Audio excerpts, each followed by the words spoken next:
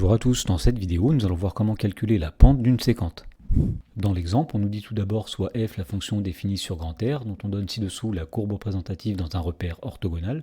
Donc nous avons ici en rouge la courbe représentative de la fonction f, et on demande de tracer la séquente à la courbe de f au point d'abscisse 2 et 4, et de calculer ensuite sa pente. Alors avant de répondre à cette question, on va rappeler ce qu'est une séquente à la courbe d'une fonction.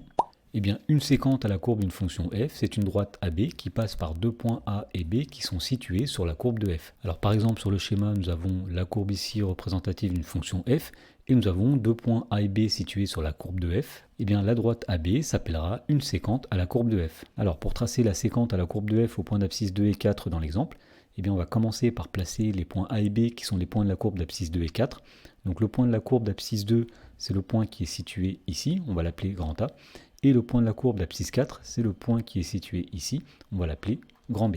Et donc la séquente à la courbe de f au point d'abscisse 2 et 4, eh bien c'est tout simplement la droite qui passe par les points A et B. Alors on demandait aussi de calculer la pente de cette séquente, autrement dit, on va calculer ici le coefficient directeur de la droite AB, et pour cela on va utiliser la formule classique qui dit que le coefficient directeur de la droite AB, c'est la différence des ordonnées YB moins YA divisé par la différence des abscisses XB moins XA. Alors ici, on voit que l'ordonnée de B est égale à 3.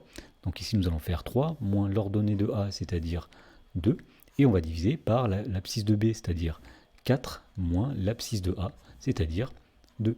Et donc on trouve finalement que la pente de cette séquente est égale à 3 moins 2, c'est-à-dire 1, divisé par 4 moins 2, c'est-à-dire 2. Donc la pente est égale à 1,5. Dans la question numéro 2, on nous dit soit g la fonction définie sur grand R par g de x qui est égale à moins x carré plus 6x moins 4, et on demande de déterminer la pente de la séquente à la courbe de G entre les points de la courbe d'abscisse 2 et 5. Alors pour faire cela, on va rappeler une deuxième propriété concernant les séquentes, qui dit que si les points A et B ont pour abscisse A et B, comme sur la figure qui est ici, eh bien la pente de la séquente AB, c'est le taux de variation de la fonction f entre A et B. Autrement dit, la pente, ce sera f de B moins f de A divisé par B moins A. Donc pour calculer la pente de la séquente entre les points d'abscisse 2 et 5, eh bien on va commencer par calculer g de 2, on va aussi calculer g de 5 et on appliquera la formule qui est ici.